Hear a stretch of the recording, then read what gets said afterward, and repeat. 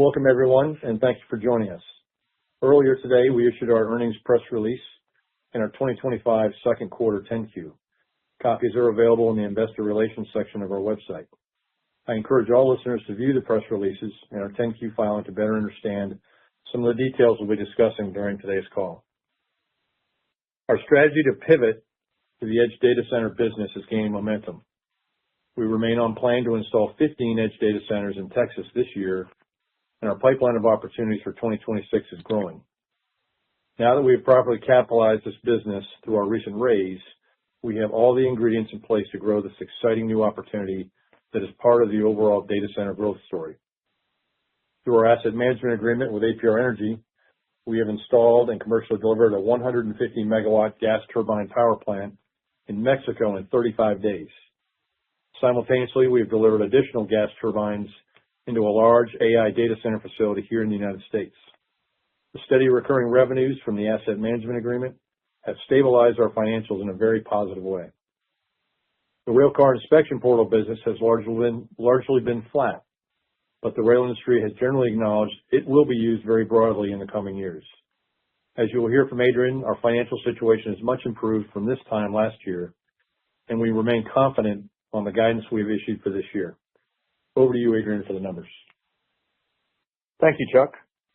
As usual, before covering the specific results for the second quarter, I will discuss the state of the company and the transformation that we have undergone in the past 15 months since I returned as Chief Financial Officer.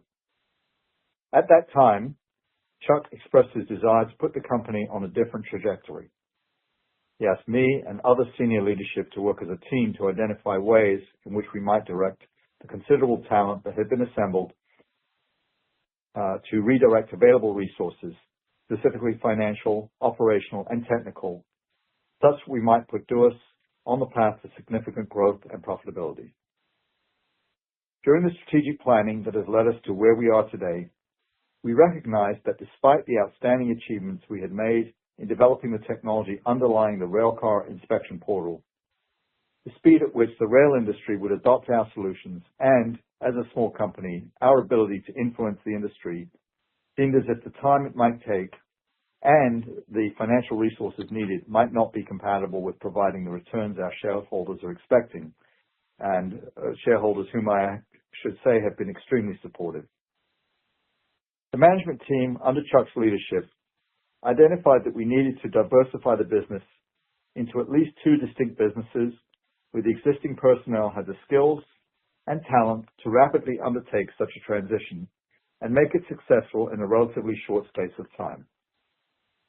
Chuck has previously discussed the thinking behind teaming up with Fortress Investment Group to pursue a multi-$100 million purchase of gas turbines for power generation, resulting in an estimated $42 million contract for DUOT to operationally manage those assets, as well as a 5% stake in the new APR entity, which we expect to be very accretive to shareholder value in the future.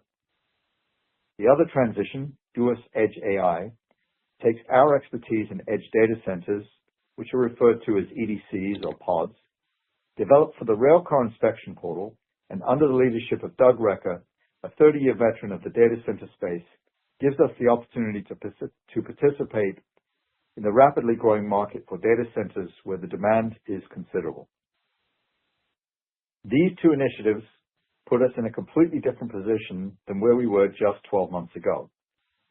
With the support of our board of directors and major shareholders, we have been able to successfully negotiate the expansion of the business to the point where we have significant short-term revenue growth combined with longer-term sustainable growth, putting us on the path to profitability. Whereas we have been disappointed with the results of our legacy technology business in recent years, I am pleased to report that in many respects, we are beginning to make progress in this area as well, and which we expect will make a contribution to the financial results in the second half of this year. We are carefully evaluating our cost structure as it applies to the three subsidiaries, with the expectation that we will rationalize accordingly and achieve economies of scale that were not previously possible with just a single line of business. As you are all no doubt aware, we have been active in the capital markets in the past 15 months, raising more than $50 million at an average price of $5.97 or more than double from just 12 months previously. For the first time in the company's history, we are sufficiently capitalized to take advantage of the new markets we have entered. In addition to the rise in the share price, our average trading volume has increased from less than 10,000 shares a day, what the Street calls trade by appointment, to more than 300,000 shares per day.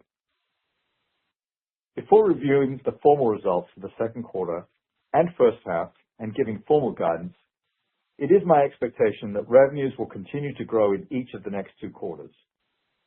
Chuck will discuss the individual business lines and give progress reports, but whereas our much improved results were largely driven by the execution of the asset management agreement in the first half, I expect to start seeing a broadening of the revenue sources to include the revenues from our EDC deployments as they come online, and also better performance from our technology systems revenue line, all of which are anticipated to support a movement towards and achieving break-even to profitability by Q4. With that in mind, here are the results for the second quarter and first half. Total revenues for Q2 2025 increased 280% to $5.74 million compared to $1.51 million in the second quarter of 2024. And for the 6 months ended 2025, total revenues increased 314% to $10.69 million from $2.58 million in the same period last year. The substantial majority of our revenues for Q2 2025 was approximately $5.69 million in recurring services and consulting revenue, of which $4.76 million was primarily driven by DUOT Energy beginning to execute against the asset management agreement with new APR. As a reminder, under the AMA, DUOT Energy oversees the deployment and operations of a fleet of mobile gas turbines and related balance of plant inventory, providing management, sales, and operational support services to new APR. Cost of revenues for Q2 2025 increased 144% to $4.22 million compared to $1.73 million for Q2 2024. And for the 6 months ended 2025, cost of revenue increased 191% to $7.86 million from $2.7 million in the same period last year. The significant increase in cost of revenues was largely due to supporting the AMA with new APR. Overall, the cost of revenues on technology systems decreased compared to the equivalent period in 2024. This reduction is primarily driven by our ability in Q2 2025 to reallocate certain fixed operating and servicing costs for technology systems to support the AMA, an allocation we could not make in the comparative period because the agreement was not yet in effect. It also reflects the ramp down of manufacturing ahead of field installation of our 2 high-speed railcar inspection portals, which has continued to temporarily slow project activity and further reduce the cost of revenues while we await customer readiness for site deployment. Gross margin for Q2 2025 increased 808% to $1.52 million compared to negative $215,000 for Q2 2024. And for the 6 months ended 2025, gross margin increased 2,462% to $2.83 million from negative $120,000 in the same period last year. Gross margin improved primarily due to DUOT Energy beginning performance of the AMA with new APR. This includes over $900,000 in revenue recognized during the 3 months ended June 30th, 2025, related to the company's 5% non-voting equity interest in the ultimate parent of new APR, which carried no associated costs and therefore contributed at a 100% margin. These revenues and the associated margin contribution were not present in the prior year period. As I mentioned earlier, the increase in business from the AMA has improved gross margins, with further improvements expected due to the greater profitability for DUOT on certain aspects of the anticipated work it will perform on behalf of new APR. Operating expenses for Q2 2025 increased 65% to $4.96 million compared to $3 million for Q2 2024, And for the 6 months ended 2025, operating expenses increased 38% to $8.06 million from $5.86 million in the same period last year. The increase in expenses is largely attributed to non-cash stock-based compensation charged for restricted stock granted to the executive team on January 1, 2025 under new employment agreements with a 3-year cliff vesting schedule. In addition, the company recorded additional compensation expenses for commissions and bonuses, of which are one-time in nature related to the closure of the APR transaction and the associated asset management agreement and 5% ownership grant. Overall, sales and marketing costs declined as resources were allocated to the cost of service and consulting revenues in support of the AMA with new APR. Additionally, research and development expenses decreased owing to completed development and testing of prospective technologies. The company continues to focus on stabilizing operating expenses, including evaluating reductions in some areas, while continuing to meet the increased requirements of our new businesses. Net operating loss for Q2 2025 totaled $3.44 million, compared to a net operating loss of $3.22 million for Q2 2024. And for the 6 months ended 2025, net operating loss totaled $5.23 million, compared to a net operating loss of $5.98 million in the same period last year. The increase for the 3 months, but decrease in loss from operations for 6 months, was primarily the result of increased revenues compared to the equivalent periods, driven by revenue generated by DUOT Energy through the AMA with new APR. Net loss for Q2 2025 totaled $3.52 million, compared to a net loss of $3.2 million for Q2 2024. The 10% increase in net loss was mostly attributed to the non-cash stock-based compensation charge for restricted stock and one-time compensation expenses that were not in the comparative period, offset by an increase in revenues generated by DUOT Energy through the AMA with new APR as described above. For the 6 months ended 2025, net loss totaled $5.6 million, or negative 48 cents per share, compared to a net loss of $5.96 million, or negative 81 cents per share in the same period last year. The 6% decrease in net loss was mostly attributed to the increase in revenues generated by DUOT Energy through the asset management agreement with new APR as described previously. In our last call, I highlighted the substantial improvement in the company's balance sheet as of 12/31/2024 and 3/31/2025. In the second quarter, we have largely maintained that strength, notably shareholders' equity, which now stands at over $4.7 million. We ended the quarter with $3.81 million in cash and expected short-term liquidity. As previously discussed, a significant asset for DUOT is the equity investment in Sawgrass APR Holdings, now referred to as New APR Energy. Our 5% holding in this business is currently valued at over $7.2 million and is expected to generate profits in future years as a profits interest structure. As Chuck will discuss, the tremendous progress that new APR is making will be additive in the short term through the AMA, and in the longer term through the expected increase in valuation of our equity holding. All of this is positive for DUOT's future potential, and I look forward to updating you further in our earnings call later this year. On the liability side, the company has traditionally operated with little to no debt other than some minor financing contracts related to insurance or IT equipment.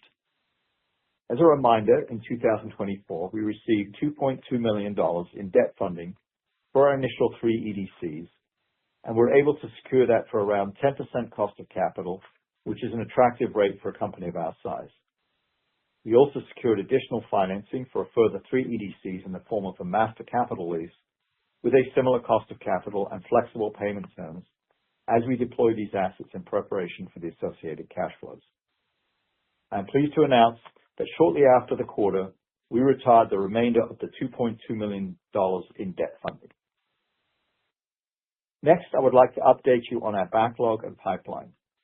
With expected revenues for the management and operations of new APR Energy, expected deployments of our edge data centers, and current and anticipated contracts in our rail business, Our current contracts in backlog represent more than $40 million in revenue, with approximately $12.3 million or more of that projected to be recognized in 2025, plus a further $5 to $6 million in expected near-term awards and renewals. During the last call, we confirmed annual revenue guidance, and I'm pleased to report that we are again maintaining that guidance, where we expect to record between $28 and $30 million in consolidated revenue from our three subsidiaries. I would further add that we are making good progress on moving the company toward profitability and expect that we will achieve that goal in Q4 of this year on an adjusted EBITDA basis.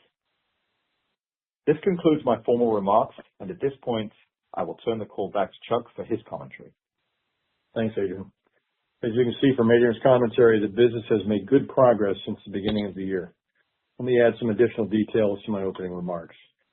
With our Edge Data Center business, which we'll refer to as the EDC business going forward today, we have now fully commercialized our first EDC in Amarillo, Texas, which now allows us to confirm our financial assumptions around installation costs and recurring revenues. Currently, we are simultaneously installing the next 5 EDCs in Victoria, Corpus Christi, Waco, and Dumas, Texas. An additional 4 EDCs will come off the manufacturing line starting in mid-September and go straight into additional Texas sites. We have now ordered another 5 EDCs along with backup generators and expect to install those starting in November. As you saw in our press release this morning, the expansion of our strategic partnership with FiberLight, a leading provider of high-capacity fiber optic networks nationally, has really helped us accelerate our commercial pipeline in Texas. To reinforce the success of the EDC business, we will be adding more data center expertise to our staff, our management team, and our board of directors in the coming 2 months. Again, now that we have all the ingredients in place, commercial demand, capital, and execution know-how, I fully expect to accelerate the Edge Data Center business as we have discussed and more. As Adrian and I discussed earlier, our asset management agreement with APR Energy has been outstanding this first 6 months. Our team has assisted APR in deploying approximately 550 megawatts in the 6 months since the deal closed. Watching our team install a 150 megawatt fast power plant in Mexico in 35 days flat was a reminder of the quality of the team we have assembled. The team has also installed and is operating several turbines and a behind-the-meter solution for a large U.S.-based data center where good technical lessons are being learned in this new emerging power environment. The overwhelming demand for behind-the-meter power for large U.S.-based data center operators is at an all-time high and expected to stay this way for some time. As Adrian said, the AMA provides good recurring revenue in the near term, but the longer-term value of the 5% ownership stake in APR Energy is what investors should keep their eye on. The energy team is currently closing in on several longer-term data center deals that I expect will use all of APR's existing turbines and will likely trigger an effort to acquire additional megawatts to expand capacity and overall enterprise value.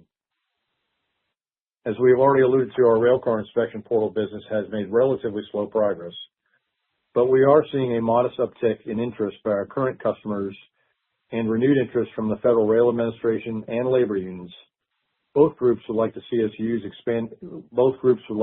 expanded use of this technology. That said, we are reassessing our strategy around this business line and will share the way ahead to our investors at some future date. In conclusion, our business is commercially and financially in a great position to take advantage of the super hot demand coming from the data center computing gold rush. Our Edge Data Center and power lines of business are perfectly positioned with the right leadership and expanding pipeline and fully capitalized to accelerate our growth strategy. As always, I want to thank our business partners, board of directors, and our current shareholders for their continued support. I want to extend a special welcome and thanks to our newest shareholders who participated in the recent raise. The outlook for DUOT looks very promising right now, and I'm excited to be able to lead it. Thank you for listening, and we'll now open up the call for your questions. Operator, please provide the appropriate instructions. Thank you. We will now be conducting a question and answer session. If you would like to ask a question, please press star 1 on your telephone keypad. A confirmation tone will indicate your line is in the question queue. You may press star 2 to remove yourself from the queue. For participants using speaker equipment, It may be necessary to pick up your handset before pressing the star keys. One moment, please, while we poll for questions. Our first question comes from the line of Nico Sacchetti with RBC Wealth Management. Please proceed with your question.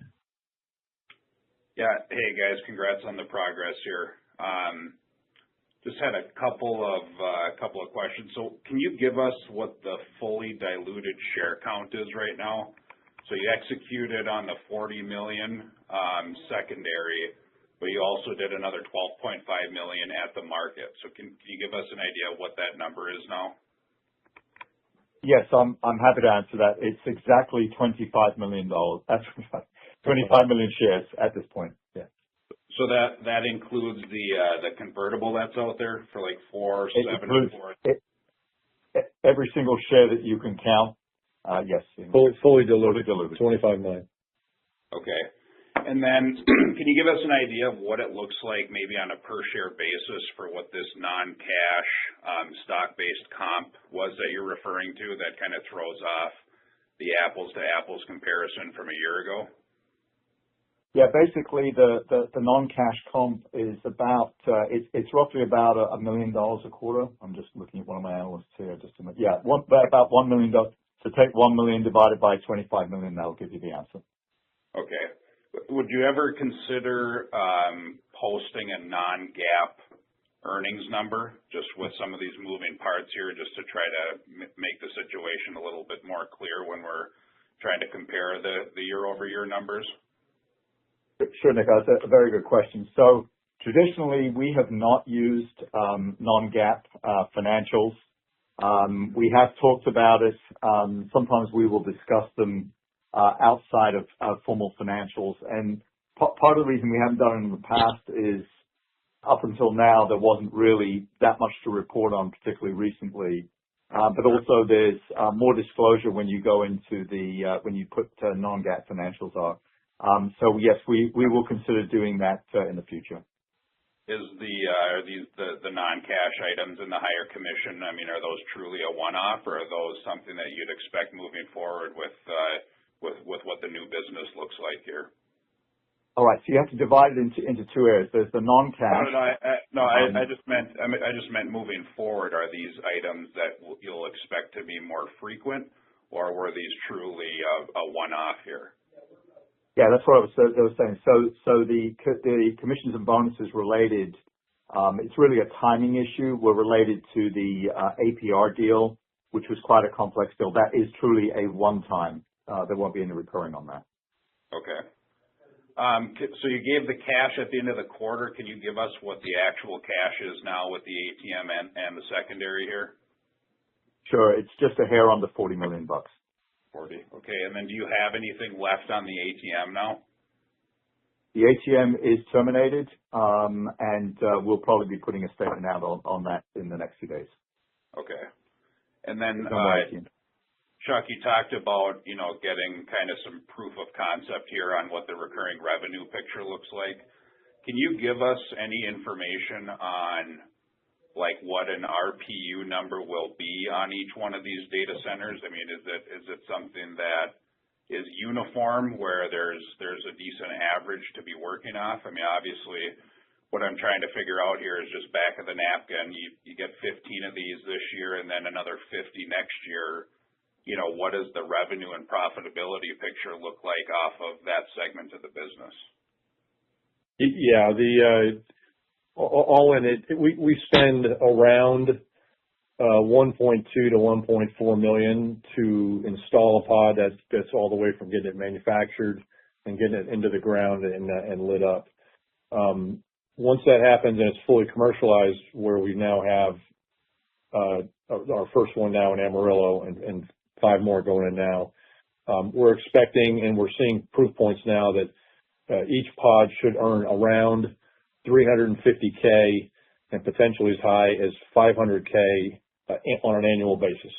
That's kind of the unit economics. So again, the proof points we're seeing coming out of Amarillo confirm our business case, where ultimately we want to build out 150 or more of these, and so that was an important set of proof points for us now allows us to be very confident about our go-forward projections. Yeah,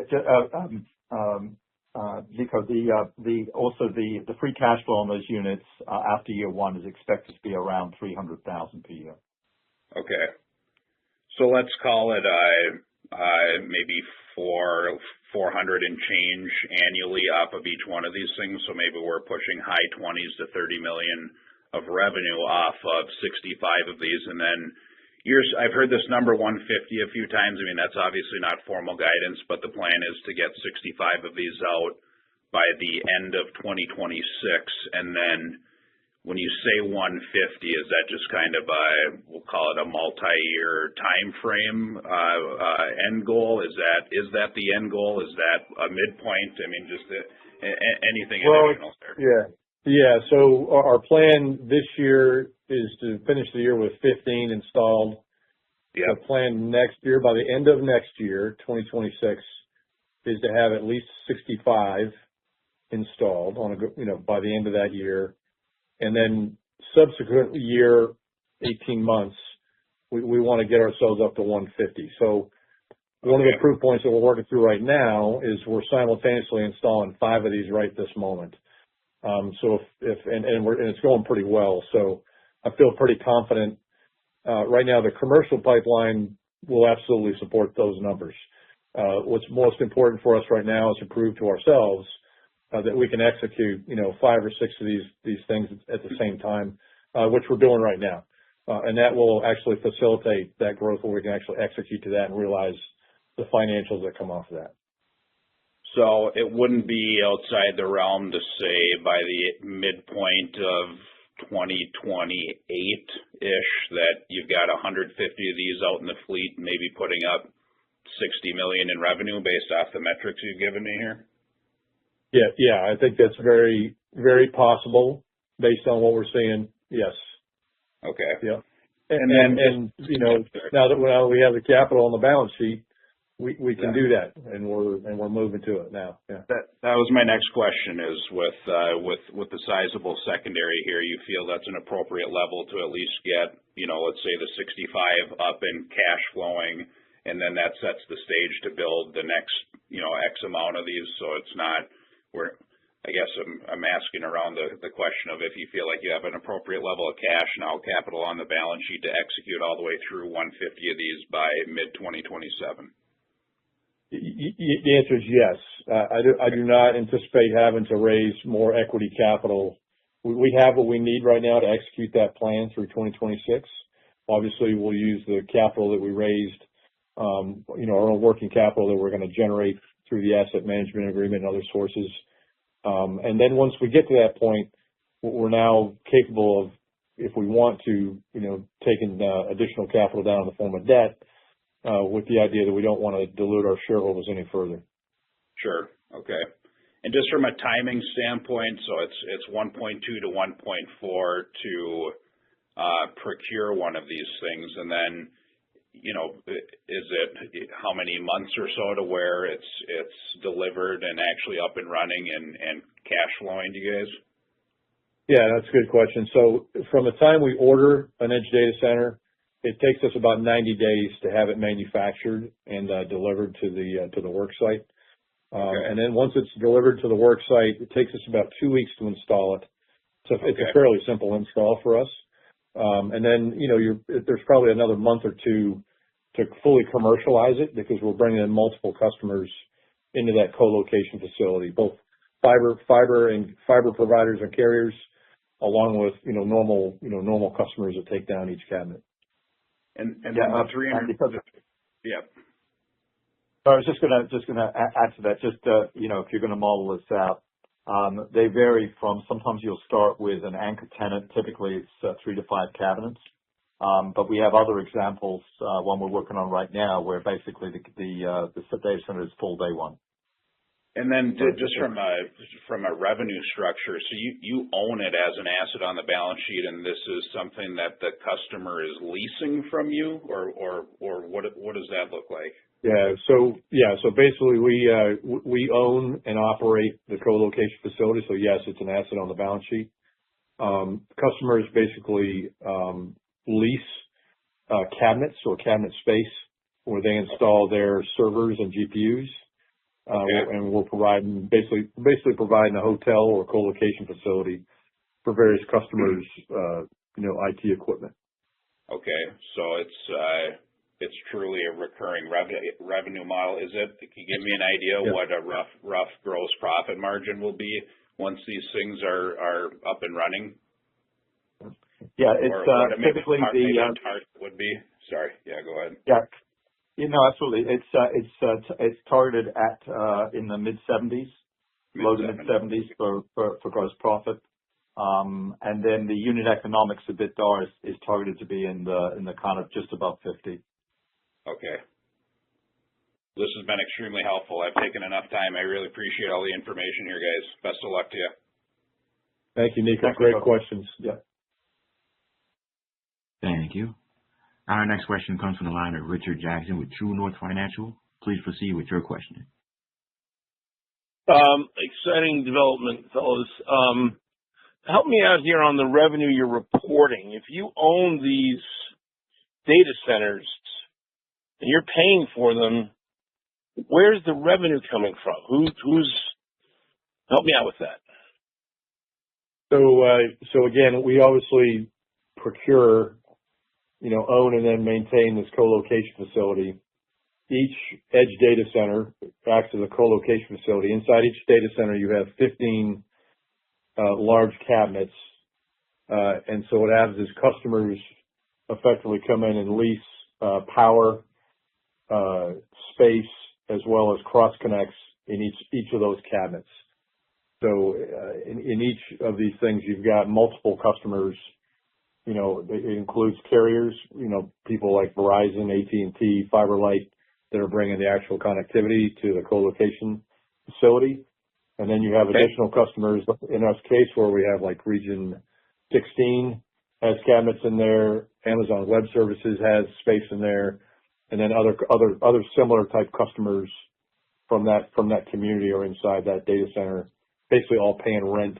And that's where we make those recurring revenues. Okay, so I want to make sure I'm doing the math here right. So when you say you reported $5.8 million, and let's leave the railroad business to the side, unless I shouldn't, you're collecting let's just say you're collecting about, how many have up and running now? 7, 8? 5? No, we currently have one edge data center fully installed and has just begun producing revenue. So the large majority of our revenue, and you'll see it in the transcript, the large majority of our revenue is coming from the asset management agreement, where we're providing those services to APR Energy. As we begin to finish additional installs, and that recurring revenue will build over time. Hopefully I got that right. You did. Okay. Yeah. So I'm saying inside my head, you guys are burning about $1.3 million to generate $300,000 to $500,000 annually. Is that about right? You spend about 2.5 times in annual revenue? You're speaking about the edge data center. So the loaded cost of putting an edge data center in initially was about $1.4 million. Now that was the first one that we did. We've now rationalized and gotten some economies of scale on that. So that number is probably going to drop a little bit, maybe to 1.2. And yes, you're going to generate on that first year about $300,000 to $400,000, depending on whether they're full to start with or whether you're ramping them up and so forth. The question is, though, after that first year, typically these things are on very, very long-term contracts. 5 years is very typical with 5-year extension. And in some cases where the carrier is involved, you're talking about 10 years. So after that, you've already spent the money. The G&A is very low. It's a relatively inexpensive business to run. And so you're generating about $300,000 in free cash every year thereafter. Okay. So the way I'm envisioning this, and tell me if I'm saying it the wrong way, is that when you guys have 65 of these, you should be generating ballpark $20 million in recurring annual revenue? Correct. Maybe more than that. Okay, wonderful. Now, to meet your forecast for the year, I'm assuming you're going to have to do at least one quarter over $10 million out of the next two. How much more does the SG&A go up to generate to almost double your revenue? You got a metric we can use for that? Yeah, it doesn't. In fact, the SG&A is going to be flat. We're pretty much staffed at the level we need to be. As I mentioned in my part of the script, we are looking at SG&A expenses right now. There's some areas and I'll just take the rail business. There's some areas of the rail business where there's probably some economies that we're going to be implementing there. We're at a different stage with that business, and we're really harvesting at that point. The edge data center business, we'll add a little bit of resource there, but in general, we're pretty well set for that. And then as far as the asset management business is concerned with APR, we are completely staffed with that right now.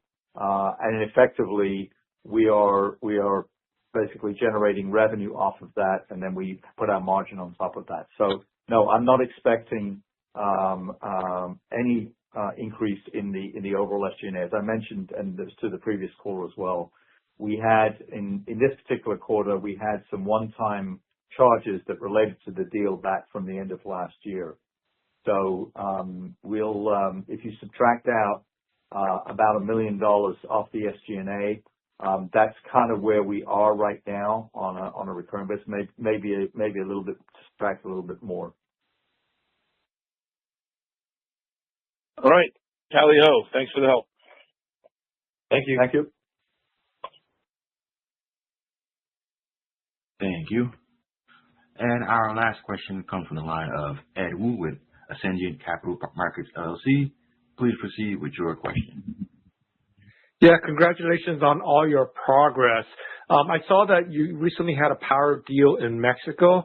Can you talk about possibly, expanding either the edge data centers or the power opportunity into either North America or international? Thank you. Yeah, so very briefly, so APR won a deal to put 150 megawatts, which is 6 of our mobile gas turbines and balancing plant, into northern Mexico for a relatively short-term contract, but at an extremely healthy price. Obviously, through the asset management agreement, our team executed that, and it went very well for us. We are currently putting additional power gas turbines into U.S. data centers on some other short-term contracts. So we are already in the United States, Ed, deploying some of those power assets here in the U.S. for larger, big box data centers with behind-the-meter power solutions. Again, this is something relatively new in the market space, so everyone's learning how to do. All the data center developers are learning about behind-the-meter power, but they're liking what they see so far. There are applications with our edge data center business for smaller behind-the-meter blocks of power.